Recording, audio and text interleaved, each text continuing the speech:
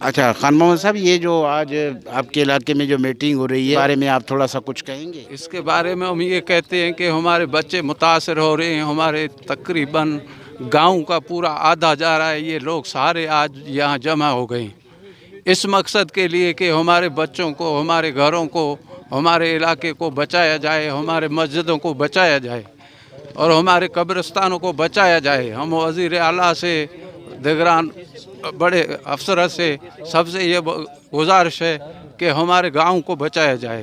یہی اپیل ہے اور لوگوں سے اور بڑوں سے، سب سے، سپریم کورٹ سے بھی، سب سے ہماری یہ گزارش ہے کہ ہمارے بچوں اور ہمارے گھروں کو، ہمارے گاؤں کو بچایا جائے۔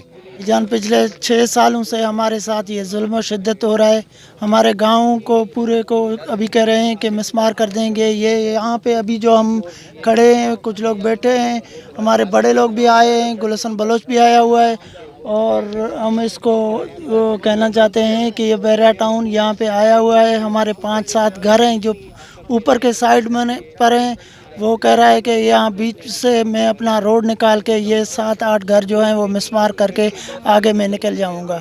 تو ہمارے قبرستان جو ہیں وہ بھی متاثر ہو رہے ہیں، ہمارے یہاں جو چھوٹے بچے ہیں وہ بھی بیماری کے شکار میں ہیں، تو تقریباً سانس کی بیماری اس کو مٹی کی وجہ سے آ چکی ہے۔ 5-6-7 جو بچے ہیں وہ ہاسپیٹل میں ایڈمنٹ ہیں۔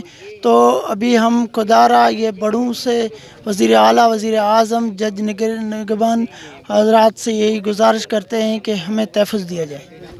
ہمارے ساتھ یہاں ظلم ہے اور ہمارے گاؤں اور مسمار ہو رہے ہیں، بیرا ٹاؤن والے کر رہے ہیں، اور ہر کسی کو رپورٹ بھی دیے ہیں۔ آئی جی پہ گئے ہیں، سندھ آئی جی پہ گئے ہیں، ڈی سی پہ گئے ہیں، ایس پی پہ گئے ہیں، لیکن کچھ نہیں ہو رہا ہے، نئے ہمارا سردار کچھ کر رہے ہیں۔